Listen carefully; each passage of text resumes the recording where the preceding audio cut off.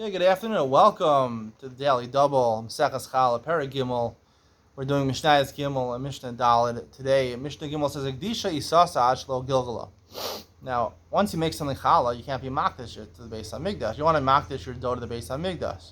So if you're makdish the flour in the water before you mix it, upadasa, and then before you even mixed it, you kneaded the dough, you redeemed it, right? You're allowed to redeem hektish. You have to pay a fifth more.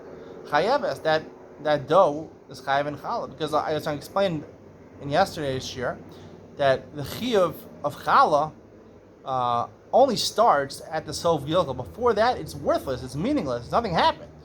So therefore, once you're podeh, it's not hektish. When does it become chayev? At the sof lisha, the end of the kneading. Now it's chayev in challah. Misha gilgalo padasa chayeves. If after she kneaded the dough, and then she redeemed it, again it would be chayeves, right? What does this mean over here? Mishagilgalo padasa.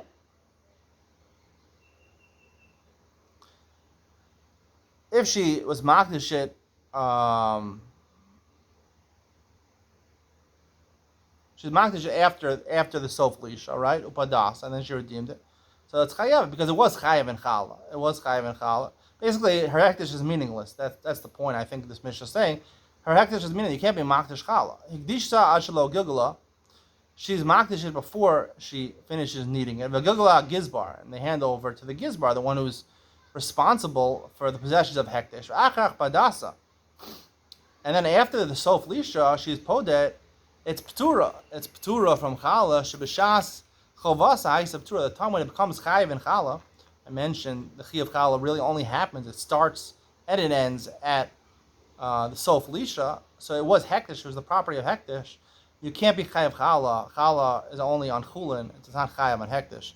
Dalad kiyotze bo amakdish peros avashlo bo anos amayshos. Now we're going to compare challah to trumas amayshos. Very interesting. So your makdish, your fruits, before they came to onas amayshos. Now we documented in Maseches Maisros that there's two significant times for fruits and vegetables in trumas amayshos. One is onas amayshos, where it reaches a certain growth on the tree or something like that. It reaches ripeness on the tree.